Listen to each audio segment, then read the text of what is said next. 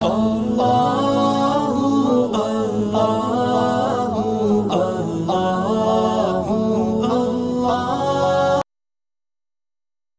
اللہ الرحمن الرحیم۔ گناہگار مسلمانوں کا دوزخ سے نکل کر جنت میں داخل ہونا، یہ بات پہلے بھی بار بار آئی ہے کہ جو ایمان والے اپنی بدعمالی کی وجہ سے پہلے ہی مرحلے میں جنت میں داخل نہ ہو سکیں گے، ان کو ان کے برے اعمال سے اور برے اعمال کی وجہ سے جو ان کے دل و دماغ پر دھبے لگ چکے ہوں گے، اس کی صاف صفائی کے لیے ان کو جہنم میں بھیجا جائے گا، اور جب ان کی سزا پوری ہو جائے گی، اس سزا کے بعد پھر ایمان کی وجہ سے ان کو جنت کا داخلہ عطا کیا جائے گا۔ اس لیے کہ ایمان وہ ایک ایسی اہم اور قیمتی شے ہے کہ اس کے رہتے ہوئے کوئی آدمی ہمیشہ دوزخ میں نہیں رہ سکتا۔ ایک نہ ایک دن اللہ رب العزت ضرور اس کو ایمان کے بل بوتے پر جنت میں داخل فرما دیں گے۔ چنانچہ کہتے ہیں بھاری تعداد میں وہ مسلمان بھی دوزخ میں چلے جائیں گے جو گناہ کبیرہ کرتے تھے۔ گناہ کبیرہ کرتے تھے اور گناہ کبیرہ کرنے کے بعد بغیر توبہ کے مر گئے۔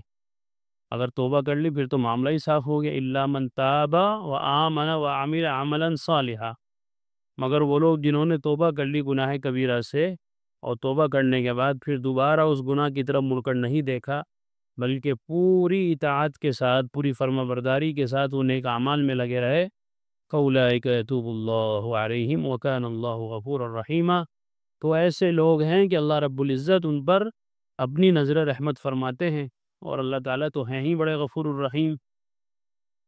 اور رہا مسئلہ صغیرہ گناہ کا، تو صغیرہ گناہ تو بغیر توبہ کے بھی معاف ہو جایا کرتے ہیں۔ قرآن میں ہے ان الحسنات یذہبن السیئات، کہ نیکیاں جو ہے وہ سیئات کو ختم کر دیتی ہیں۔ سیئہ کہتے ہیں چھوٹے گناہ کو، خطا کو، لغزش کو، گناہ صغیرہ۔ اور گناہ صغیرہ کے لیے توبہ شرط نہیں ہے، وہ اللہ تعالیٰ ایسے ہی نیک اعمال کی برکت سے معاف فرماتے رہتے ہیں۔ اس آدمی نے کوئی گناہ کر لیا صغیرہ، تو اس کے بعد کوئی نیکی کر لے، تو اس نیکی کی برکت سے اللہ تعالیٰ یذہبن السیئات، اس غلطی کو بھگا دیں گے، یذہبنا بھگا دیں گے، ختم کر دیں گے، مٹا دیں گے۔ لیکن جو کبیرہ گناہ ہیں ان کے لیے توبہ شرط ہے۔ اس لیے کہتے ہیں کہ جو مسلمان گناہ کبیرہ کی وجہ سے بھاری تعداد میں دوزخ میں گئے تھے، وہ بھی ایک نہ ایک دن جنت میں آ جائیں گے۔ یہ تو ضروری نہیں ہے کہ گناہ کبیرہ کا ہر مرتکب دوزخ میں ضرور ہی جائے، کیونکہ اللہ تعالیٰ بہت سوں کو بخش دیں گے اور دوزخ میں ڈالنے سے محفوظ رکھ لیں گے، اور یہ بھی ضروری نہیں ہے کہ سبھی بخش دیے جائیں۔ ابھی شفاعت کا بیان پیچھے گزرا ہے کہ بہت سے کبیرہ گناہوں والے ایسے ہیں جو انبیاء، صدیقین، شہداء، علماء اور دوسرے نیک لوگوں کی شفاعت کی وجہ سے پہلے مرحلے میں ہی جنت میں داخل کر دیے جائیں گے۔ کیونکہ روایات سے ثابت ہوتا ہے کہ بہت سے گناہگار مسلمان دوزخ میں جائیں گے اور پھر سزا بھگت کر دوزخ سے نکال کر جنت میں داخل کر دیے جائیں گے، کیونکہ جنت پاک اور پاکیزہ جگہ ہے، وہاں گندگی کا کوئی نام و نشان ہی نہیں ہے، تو لہذا گناہوں کی گندگی کے ساتھ کوئی وہاں نہیں جا سکتا۔ جنت کے اندر گناہوں کی گندگی کے ساتھ کوئی بھی جنت میں داخل نہیں ہو سکتا، جنت میں نہیں رہ سکتا۔ اس لیے گناہوں کی گندگی کو دھلنے کی جو جگہ ہے وہ جہنم ہے، دوزخ ہے۔ جیسے کپڑوں کی گندگی کو دھلنے کی جگہ کیا ہے؟ دھوبی، ڈریگ نیل، تو وہاں کی جو دھوبی گھاٹ ہے یا جو وہاں کے ڈریگ نیل کی جو دکان ہے اس کا نام ہے دوزخ، جو گناہگاروں کی گناہوں کی گندگیوں کو دھل کر پاک صاف کر کے کلف لگا کر پھر ان کو کہاں بھیجے گی؟ جنت میں بھیجے گی۔ جنت سے تو کبھی کوئی نہ نکلے گا، نہ نکالا جائے گا، اور دوزخ سے گناہگار مسلمانوں کو نکال کر داخل جنت کر دیا جائے گا۔ جنت کے بارے میں تو آ گیا تھا کہ جنت میں جس کو ایک مرتبہ داخل کر دیا تو بس کر دیا، وہ نہ کبھی وہاں سے نکلے گا، نہ اس کو نکالا جائے گا، نہ وہ خود نکلنا چاہے گا۔ لیکن جہنم ایسی جگہ ہے کہ وہاں سے آدمی سوچے گا کہ کل کے بجائے آج ہی نکل جائے۔ وہاں کے عذابات، تکلیفوں کا ذکر اور تفصیل کے ساتھ گزرا ہے، قرآن و حدیث میں آیا ہے ان کا بیان۔ اور دوزخ میں صرف مشرک اور کافر ہی رہ جائیں گے جو ہمیشہ دوزخ میں رہیں گے۔ والذین کفروا وکذبوا بآیاتنا اولئک اصحاب النار هم فیہا خالدون۔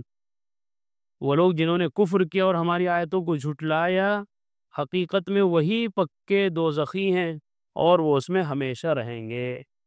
کفر اور شرک یہ ایسی گندگی ہے کہ جو کبھی دوزخ میں بھی نہیں دھل سکتی۔ اتنا زیادہ یہ سمجھ لیجئے گندا عمل ہے، اتنا زیادہ گھناؤنا عمل ہے کہ اس کو کوئی مشین نہیں دھو سکتی۔ ہاں جیتے جی اگر بندے نے توبہ کر لی ہے، اللہ سے معافی اگر مانگ لی ہے، تو توبہ ایک ایسا آلہ ہے کہ جس آلے کو لگانے کے بعد یہ گندگی دھل سکتی۔ ان اللہ لا یغفر ان یشرک بہ ویغفر ما دون ذلک لمن یشاء۔ قرآن نے صاف اعلان کر دیا کہ اللہ تعالیٰ ہر گناہ کو معاف فرما دیں گے، بڑا ہو کہ چھوٹا ہو، لیکن شرک کو کبھی معاف نہیں فرمائی۔ اس لیے ہر طرح کے ذاتی اور صفاتی شرک سے ہمیں ہر وقت بچنا چاہیے۔ ایمان جیسی اللہ نے جو بڑی دولت دے رکھی ہے، اس کی حفاظت کرتے رہنا چاہیے۔ بے فکر نہیں ہو جانا چاہیے کہ ہم نے تو کلمہ پڑھی رکھا ہے، ہمارے تو امی بھی مسلمان ہیں، ابو بھی، گھر والے بھی، بھائی بہن سب مسلمان ہیں، تو ہم بھی مسلمان ہیں۔ تو صرف اس بلبوتے پر جیتے رہنا یہ غلط فہمی ہے، بلکہ اپنے اعمال کو اور اپنے ایمان کو آدمی کو ہمیشہ اپنی نظر میں رکھ کر پرکھتے رہنا چاہیے کہ ایمان کہاں ہے، کس درجے کا ہے، کس مرحلے میں ہے، اعمال کتنے ہو رہے ہیں، کیسے ہو رہے ہیں۔ یہ ساری چیزیں ہر آدمی کو ہمیشہ اپنی نظروں میں رکھنی چاہیے۔ کتنے شرک ایسے ہو جاتے ہیں کہ آدمی کو پتہ بھی نہیں چلتا اور اس نے شرک بھی کر لیا۔ تو شرک صرف اسی کا نام نہیں ہے کہ آدمی کہیں مندر میں جا کے کسی بت کے آگے ماتھا ٹیک دے، لوگ اسی کو شرک سمجھتے ہیں صرف۔ حالانکہ شرک کی تو بہت قسمیں ہیں۔ شرک کی قسموں میں سے ایک یہ بھی ہے کہ اللہ کی صفات میں کسی کو شریک کر دیا۔ مثال کے طور پر اللہ کی صفت یہ ہے کہ اللہ ہر جگہ حاضر اور ناظر ہے، لیکن اب کوئی کہنے لگ جائے کہ نہیں اللہ کے نبی بھی ہر جگہ حاضر اور ناظر ہیں، جس طرح اللہ ہماری بات یہاں بیٹھے بیٹھے سن رہے ہیں، اللہ کے نبی بھی سن رہے ہیں ہماری بات۔ ہم جو یہاں بیٹھے بیٹھے درود و سلام پڑھ رہے ہیں کھڑے ہو کر فجر کی نماز کے بعد، پوری مسجد اکٹھے ہو کر، تو اللہ کے نبی صلی اللہ علیہ وسلم وہاں اپنی قبر میں رہتے ہوئے ہمارا درود و سلام سن رہے ہیں۔ یہ شرک ہے، یہ بہت بڑا شرک ہے۔ اور ایسے ہی درود و سلام پڑھتے ہوئے جو کلمات کہے جاتے ہیں، جو نظم گائی جاتی ہے، اس نظم کے اندر بھی اتنے سارے الفاظ شرکیہ ہیں کہ آدمی اگر غور کرے تو بس وہ پچھتاوے پر پچھتاوے میں ہی رہا۔ چنانچہ کہنے والا کیا کہتا ہے صبحائی؟ خلق کے حاکم ہو تم، رزق کے قاسم ہو تم۔ خلق کے حاکم، مخلوق کے کائنات کے حاکم کون ہیں؟ ہمارے نبی۔ یہ کہہ رہا ہے کہنے والا، روز کہتا ہے صبح کو، حالانکہ تو اللہ تعالیٰ ہیں حاکم خالق سب کچھ۔ رزق کے قاسم ہو تم، رزق تو اللہ بانٹتے ہیں، اللہ دیتے ہیں، وہ کہہ رہا کہ نہیں رزق کے قاسم تم ہو، اللہ کے نبی کو۔ اور دافع جملہ بلا، تم پہ کروڑوں درود۔ دافع جملہ بلا کے معنی کیا ہے؟ تمام بلاؤں کو، مصیبتوں کو ٹالنے والے آپ ہیں۔ کون؟ اللہ ہے، اللہ کے نبی؟ اللہ ہے، اللہ کی صفت ہے۔ امن یجیب المضطر اذا دعا، کون ہے وہ جو کسی پریشان حال کی پریشان حالی پر اس کو کوئی پکارے اور وہ پکار پر لبیک ہے؟ اللہ ہے۔ الہ مع اللہ، کوئی ہے اللہ کے علاوہ؟ لیکن وہ کہہ رہے کہ نہیں، ہاں ایک اور ہیں اللہ کے علاوہ، اور وہی ہے دافع جملہ بلا، ساری بلاؤں کو ڈالنے والے۔ شرک ہے، کھلا شرک ہے بالکل، لیکن کسی کو محسوس ہی نہیں ہوتا کہ شرک ہو رہا ہے۔ تو اس لیے ہر وقت اپنے ایمان کی حفاظت ضروری ہے کہ نہ معلوم کون کسے پیشاب زمزم کی بوتل میں بھر کے دے دے اور کہے کہ دیکھو یہ زمزم کی بوتل ہے، اس پہ لکھا ہوا ہے آب ہے زمزم، اور اندر کیا ہے؟ پیشاب بھر گیا، یہ شراب بھر کے دے دی کہ لو پی لو۔ اس لیے بہت دیکھ بھال کرنے کی ضرورت ہے کہ بوتل تو کسی اور چیز کی ہے، لیکن اندر کیا بھرا ہوا ہے۔ تو بظاہر تو عمل نیک ہو رہا ہے کہ درود و سلام پڑھا جا رہا ہے، لیکن اس کے پیچھے کتنا شرک آ رہا ہے، کتنا کفر بیان کیا جا رہا ہے، بولا جا رہا ہے، اور سب اس میں برابر کے شریک ہو رہے ہیں، اور سب غور و فکر کرنے کی ضرورت ہے۔ منڈی میں بہت طرح طرح کا مال بک رہا ہے، اس لیے آدمی کو اچھا مال لینا چاہیے اور اچھی جگہ سے لینا چاہیے۔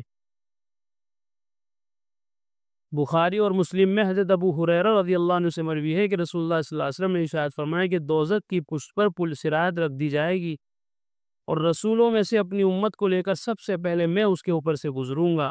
اس روز رسولوں کے سوا کوئی نہ بولتا ہوگا، اور ان کا بولنا اس روز یہ ہوگا، اللہم سلم سلم، اے اللہ سلامت رکھ، اے اللہ سلامت رکھ۔ اور دوزخ میں سعدان کے کانٹوں کی طرح بڑی بڑی سنڈاسیاں ہوں گی، سعدان یہ ایک درخت ہوتا ہے عرب کے اندر، جن کی بڑائی کا اللہ ہی کو علم ہے۔ ان سنڈاسیوں کے سر زنبور کی طرح مڑے ہوئے ہوں گے اور دوزخ سے نکل نکل کر لوگوں کو ان کے بد اعمال کی وجہ سے اچک رہی ہوں گی۔ بس ان کے اچکنے کی وجہ سے کوئی تو پل صراط سے دوزخ میں گر کر ہلاک ہو جائے گا اور یہ کافر ہوں گے، اور کوئی کٹ کٹ کر دوزخ میں گر جائے گا۔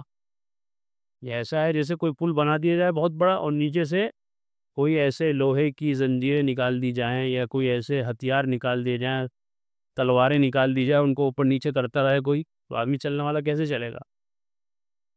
لیکن اللہ تعالیٰ کرم فرمائیں گے کہ جو صاحب ایمان ہیں ان کے بارے میں روایتوں میں آ گیا کہ وہ ایسے گزر جائیں گے پل جھپکنے کے برابر، اور بہت سے ایسے جو بجلی کی طرح بھاگ جائیں گے، بہت سے ایسے جو بڑے تیز گھوڑے کی طرح دوڑ جائیں گے، لیکن جو بدعمال ہوں گے کافر، وہ اس میں سے کٹ کٹ کر نیچے جہنم میں گر جائیں گے۔ اور کوئی کٹ کر دوزخ میں گر جائے گا، پھر بعد میں نجات پائے گا، یہ گنہگار مسلمان ہوں گے۔ یہاں تک کہ جب اللہ تعالیٰ اپنے بندوں کے درمیان فیصلے فرما کر فارغ ہو جائے گا اور لا الہ الا اللہ کی گواہی دینے والوں کو دوزخ سے نکالنے کا ارادہ فرمائے گا، تو فرشتوں کو حکم دے گا کہ جو شخص اللہ کو پوجتا تھا اس کو نکال لو۔ چنانچہ ایسے لوگوں کو فرشتے نکال لیں گے اور ان کو سجدوں کے نشانوں سے پہچانیں گے۔ پتہ یہ چلا کہ نمازی بھی ہونے چاہیے، وہ نمازی تھے پکے، لیکن دوسرے اعمال میں کوتاہی کرتے تھے، دوسرے برے اعمال میں پڑے ہوئے تھے، اس طرف دھیان نہیں تھا۔ تو دوزخ سے جن کو نکالا جائے گا ان کو نکالا جائے گا جو کم سے کم نمازی تو پکے تھے، اسی وجہ سے نماز کے نشان ان کے ماتھے پر پڑ گئے تھے، کیونکہ اللہ جل شانہ نے دوزخ کی آگ پر یہ حرام فرما دیا ہے کہ سجدے کے نشانات کو جلائے جو ماتھے پر ہوتے ہیں۔ کہیں جو نمازی بھی پڑھتا سجدہ ہی نہیں کرتا، اس کے ماتھے پہ نشانی نہیں ہے، اس کے گھٹنے پہ نشانی نہیں ہے سجدے کا، اس کا کیا ہوگا؟ چنانچہ یہ لوگ دوزخ سے نکال لیے جائیں گے جو جل بھن چکے ہوں گے، دوزخ سے نکل کر ان پر آب حیات ڈال دیا جائے گا۔ پہلے بھی آیا تھا کہ ایک پانی ہے جس کے پڑنے سے ان کو زندگی مل جائے گی، جس کی وجہ سے وہ اس طرح اگ جائیں گے جیسے بہتے ہوئے پانی کے خس و خاشاک پر جل ترین بیج اگ جاتا ہے۔ مطلب یہ ہے کہ آنن فانن ان کی حالت ہی بدل جائے گی اور ایک دم بھلے چنگے خوبصورت ہو جائیں گے۔ دیکھا نا کبھی دیگ برتن ہوٹل والوں کے ہاں جو روزانہ استعمال ہوتے ہیں پورے کالے ہو جاتے ہیں پیچھے سے، بالکل کوئلے کی طرح، لیکن جب ان کی صفائی ہوتی ہے وہ ایک چیز آتی ہے جو سائیکل کرنے کا آلہ جو آتا ہے ان کو پھیرتے ہیں پورا وائٹ ہو جاتا ہے، ایک دم سارا دھل کے صاف، پتہ بھی نہیں چلتا کہ یہاں اتنا میل تھا، اتنی کالش لگی ہوئی تھی۔ تو ایسے اللہ تعالیٰ نے وہاں انتظام کر رکھا ہے۔ اللہ تعالیٰ ہم سب کو جنتی اعمال کرنے کی توفیق عطا فرمائے، گناہوں والے کاموں سے اللہ ہم سب کی حفاظت فرمائے۔ وآخر دعوانا الحمدللہ العالمین۔ قرآن کریم میں اللہ تعالیٰ فرماتے ہیں الا بذکر اللہ تطمئن القلوب، کہ سن لو، اچھے سے سمجھ لو، اللہ تعالیٰ کے ذکر ہی سے دلوں کو اطمینان نصیب ہوتا ہے۔ یعنی اللہ تعالیٰ کے جو انعامات و احسانات و اس کی نوازشیں ہم پر ہیں، اگر ہم ان کو یاد کریں گے تو ہمارے بے قرار دل کو قرار آ جائے گا، سکون مل جائے گا۔ اگر ہم چاہتے ہیں کہ ہمارے دلوں میں سکون آئے، اطمینان نصیب ہو، تو اس کا ایک واحد علاج اور ایک بہترین دوا یہ ہے کہ ہم فوراً اللہ کے ذکر میں مشغول ہو جائیں۔